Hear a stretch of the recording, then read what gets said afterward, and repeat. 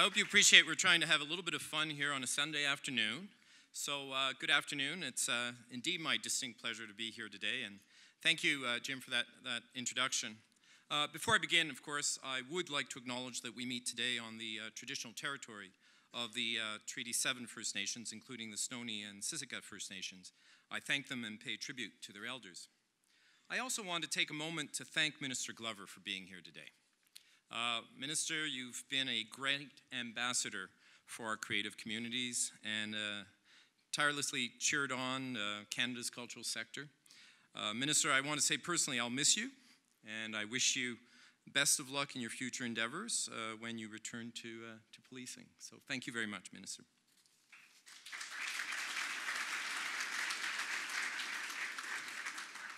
You know, the Banff Media Festival is an event I circle on my calendar every year. It's, I know of few others that brings together as many leaders from across the world media landscape, producers, creators, distributors, broadcasters, publishers, advertisers, bloggers, software providers, and the list goes on. It's therefore a perfect opportunity for me to connect with an audience much broader than radio people or TV people or telecom people. It's an opportunity to connect with media people from around the world. Ladies and gentlemen, you of course remember the Back to the Future movies. The video we just watched borrows a few themes from those movies. I referred to the original movie a number of times when I spoke just a few days ago at the Association of Western Broadcasters. I used it as a tool to bring the audience back to June 2013 when I, at this very festival, spoke about the outcomes the CRTC wanted to achieve through the Let's Talk TV conversation. That speech was the first of a two-part speech presentation. It was the first Back to the Future, where Doc Brown and Marty McFly traveled back in time to the 1950s to change the future. Today is the second part of that speech. It's Back to the Future 2, where we travel into the future and apply what we've learned to today's challenges. Unfortunately, the meat of my remarks will focus on the change in the media industries. I didn't bring back Biff Tannen's Sport Almanac to make us all very rich, nor did I drive the CRTC's DeLorean to the hotel. That would be an irresponsible use of public money since our DeLorean is a gas guzzler. I take my cue from the second Back to the Future film by opening the speech with a quick recap of the speech I gave just a couple of days ago. I used it to give a bit of a regulatory update to the Western broadcasters. Perhaps you've seen that the CRTC has been in the news a little bit of late. Over the course of our first 3 months of this year, we rolled out a number of important decisions that together lay the framework for a new television system. So maybe this afternoon I can help answer Biff's question, what the hell is going on here? Content is abundant in today's television age. It's available from countless sources, on countless devices, at any time of the day and night. Now more than ever, viewers control and customize their television experiences. Choice is the reality of this age. But that reality is not without challenges. The players in the traditional television system must adapt if they are to survive. Broadcasters and creators must find new ways to bring content to viewers as they move away from appointment-based viewing and towards on-demand consumption. We at the CRTC were mindful of such changes, the pace with which they are unfolding, and the challenges they created. We're not blind to the industry, despite what some occasionally may say. It's why, even back in the summer of 2013, at this very festival, no less, I told you a few truths about the broadcasting industry. I said that traditional television no longer holds a monopoly on information and entertainment. I said that people consume programming in ways and on devices that didn't exist even a short decade before. I said that broadcasting, as we once knew it, is no longer and will never again be the same. I said that new strategies were needed to help the industry navigate such changes. I said that regulation, for its own sake, gains us nothing. And I said that all of us who regulate and create and distribute works in the television industry had to change our thinking from making and following rules to fostering successful outcomes, better quality programming, more empowered viewers, and a freer regulatory environment. Ces constats nous ont amenés à lancer la conversation Parlons Télé, afin de demander aux Canadiens ce qu'ils regardent à la télévision, la manière dont ils regardent la télévision et les relations qu'ils entretiennent avec leurs fournisseurs de services. Nous avons utilisé l'information que nous ont fournie plus de 13 000 Canadiens au cours de la conversation, afin d'élaborer un nouveau cadre pour le système de télévision qui répond véritablement aux besoins des Canadiens. The cornerstone piece of that framework, and for much of the audience here today, I dare say, and the most impactful, was our March 12th decision.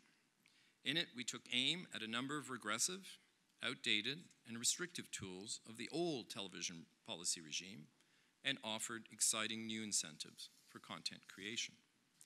Our goal was to change the way creators and distributors think about bringing television to Canadians, to encourage them to use their innovation and creativity to meet the diverse needs and interests of their audiences, both in Canada and abroad. In today's day and age of abundant programming choice, national borders as they pertain to television production are less and less relevant. It doesn't matter if it's Australian, Danish, Irish, or Brazilian, good content will travel. Canada's television industry is perfectly poised to take advantage of this new reality. It is rich with talent. We boast writers, actors, directors, and producers that are known as the best in their crafts and who reside here at home and abroad. It is open for business.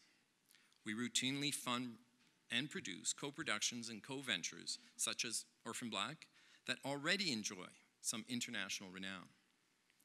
It is well funded. As a nation, we invest more than $4 billion each year in television content, and it's adapting. The rules and regulation emerging from the CRTC's Let's Talk TV conversation have created even more opportunity to bring Canadian programs to the world, pilot projects, and new financing arrangements. The way forward in the new television age is through innovation and creativity, through adapting to the new dynamics in play. So, if your business is just about renting foreign entertainment content, or if it's about making Canadian content just for the Canadian marketplace, this speech may not be for you.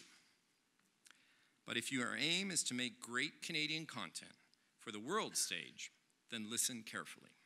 Because the future of television, of communication, of media is about technology and innovation and connectivity and smart homes and smart cars and, most of all, smart producers. Consider DHX Media. DHX Media is a Canadian producer, distributor, and broadcaster. It's headquartered out of Halifax and employs about 1,100 people. It's not the largest company in the country, but let me tell you something. It is Canada's great untold success story. DHX is the largest independent owner and one of the largest producers of children and family programming in the world. It holds more than 11,000 half hours of programming across more than 400 titles.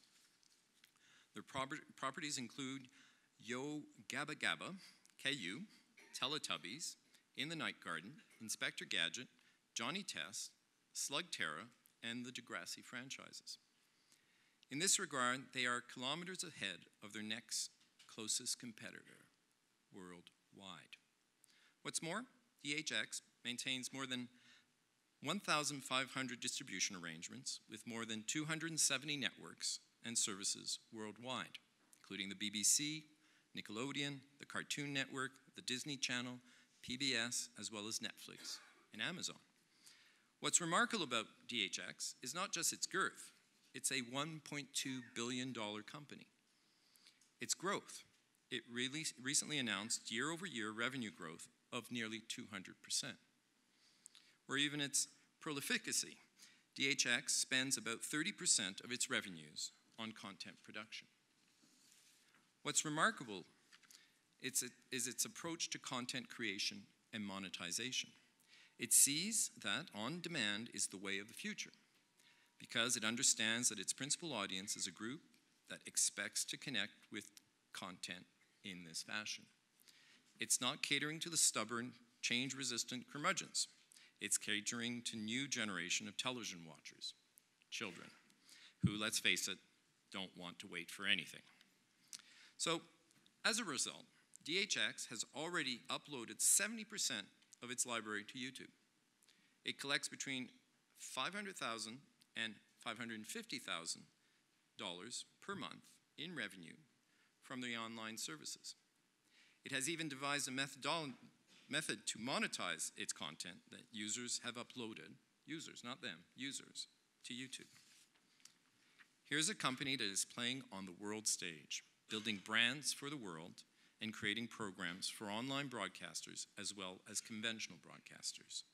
DHX is a model for the future of Canada's video content industry. In the age of abundance, with hundreds of media options at their disposal, viewers can watch anything they want, whenever and wherever they want. They have become active explorers who are challenged to discover that content without the aid of a reliable guide. So, in the coming months, we will host a Discoverability Summit to unleash new ideas to solve this challenge. The CRTC will bring together public policymakers and engineers and scientists and psychologists and more from here in Canada and around the world. This is not a regulatory hearing. We want to create the spark that ignites new ideas and invents new tools and builds new business models that will help resolve this fundamental problem of discoverability. We do this in part because we want audiences to find great content made by Canadians, but also because discoverability is not just Canada's challenge, it's the world's challenge. Ladies and gentlemen, although transformative, our Let's Talk TV decision were not universally loved. Some producers worried that it might put them out of business. Some channels said they'd lose market share. Some broadcasters feared the effects of open competition. Even some viewers furrowed their brows over Canadian-made content's ability to survive. I'm here to tell you, all of you, it will be okay. Whenever change happens, someone always objects. It's human nature to fear the unknown. But listen, change in this industry are not simply inevitable. They're already happening. There's no use being nostalgic about the good old days because they're behind us. What worked then, and this applies to making content, producing ads, airing shows, and even governing the industry, doesn't work nearly as well today and will work even less well tomorrow.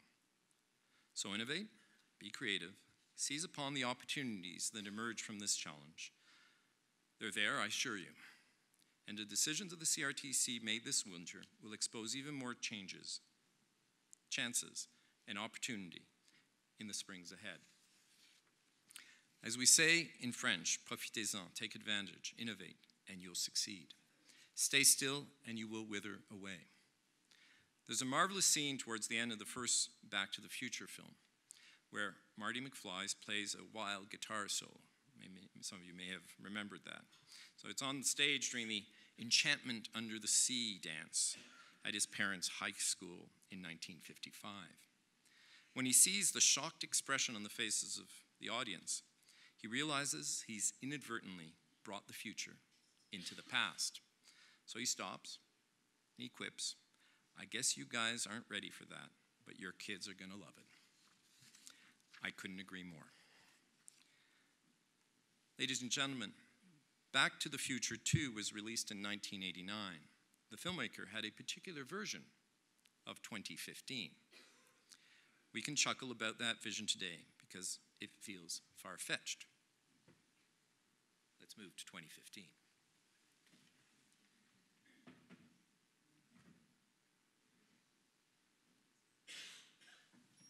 But look a little deeper and you'll see otherwise.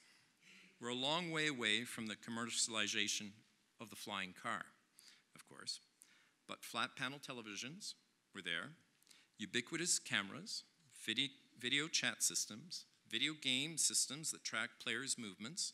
They're all right there in the film. Of course, the producers didn't get everything right about 2015.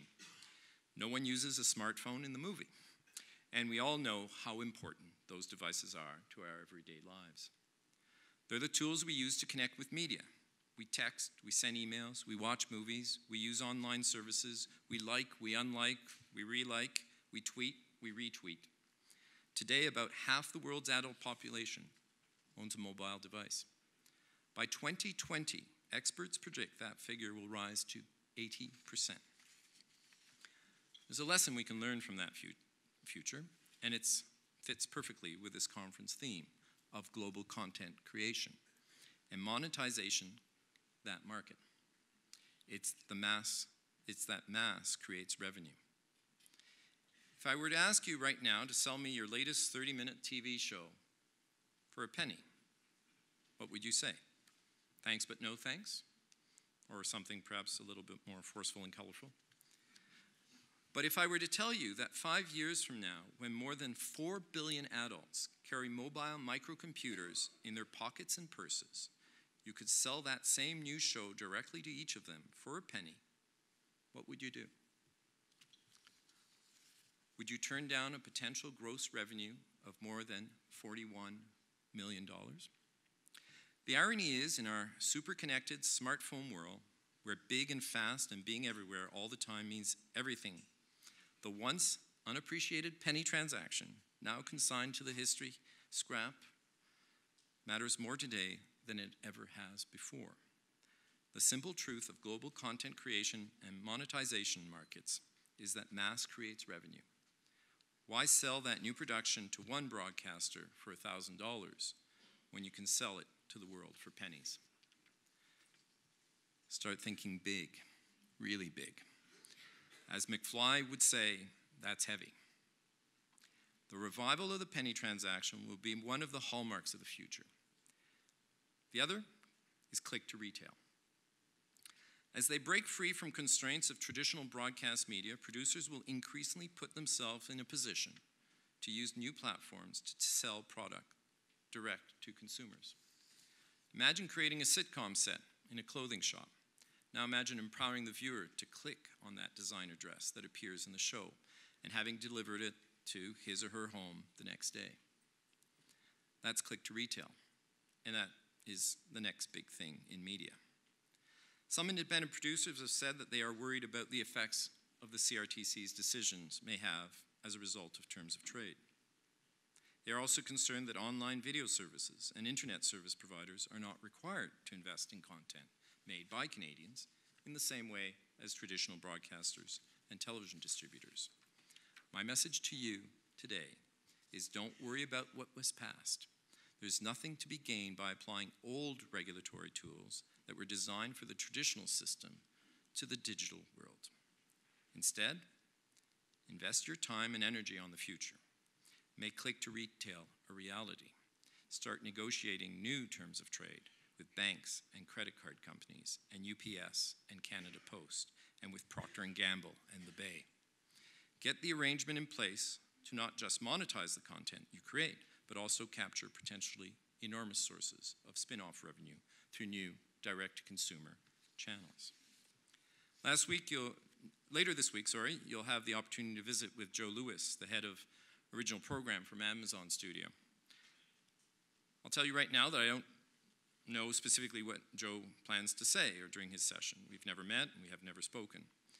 But I'm willing to bet the CRTC's gas-guzzling DeLorean on the fact that he will make reference to click-to-retail as the future of media. Why else do you think Amazon is so keen to get into this area? Ladies and gentlemen, if you think the future of media is simply about streaming content online, you're thinking too small. It's about much more. It's about connectivity. We have broadband technology to thank for this sea change. It's the platform on which mobile technology stands, the super highway that we all travel to reach our online destinations, the attractive nuclear force that has fused telecommunications and broadcasting industries. In just a few short years, broadband services grew from occasional nice-to-have amenities to ubiquitous services. In the broadband home of the future, everyone and everything will be connected. The kids, the parents, the grandparents, as well as home monitoring systems and the thermostat and the refrigerator and other appliances. Outside our homes, there will be connectivity for mailboxes and vending machines. And as a result, nearly every aspect of our lives will be connected in some way. Entertainment, education, health, safety, well-being, banking, communications, access to government services, and even participation in democracy. Broadband services now are fundamental to Canada's ability to participate in the digital economy. The CRTC said as much in 2011 when we challenged internet service providers to meet the minimum targets for all Canadians of 5 megabits per second download speeds and 1 megabit per second for uploads. 4 years later, we have launched another review of our basic telecommunications services objectives. Do the targets we set in 2011 still make sense? Or are they laughable? For example, the Federal Communication Commission recently set 25 megabits per second as the minimum download speeds in the United States. Germany, meanwhile, is aiming for 50 megabits by 2018. And in Australia, the goal is for all households to have access to 25 megabits per second as soon as possible. We will undoubtedly discuss fundamental issues such as these in the months to come. Stay tuned, because after Let's Talk TV, we are well on the road of Let's Talk Broadband. The future of broadband is the future of media. And before I conclude, I want to share a few new truths with you about the future.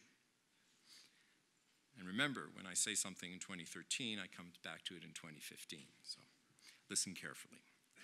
The first is that the age of abundance is here to stay. Content will become ever more available and widely dispersed. Stand out by making yours good, because good enough simply won't do. The second is that Canada is perfectly poised for success. Our media industry is rich with natural resources such as actors, writers, directors, and opportunity. Seize upon these to make the world's next generation of productions.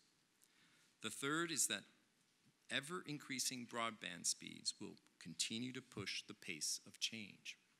South Korea is about to give birth to a 5G mobile network that will deliver a full-length movie to a user's phone within a second.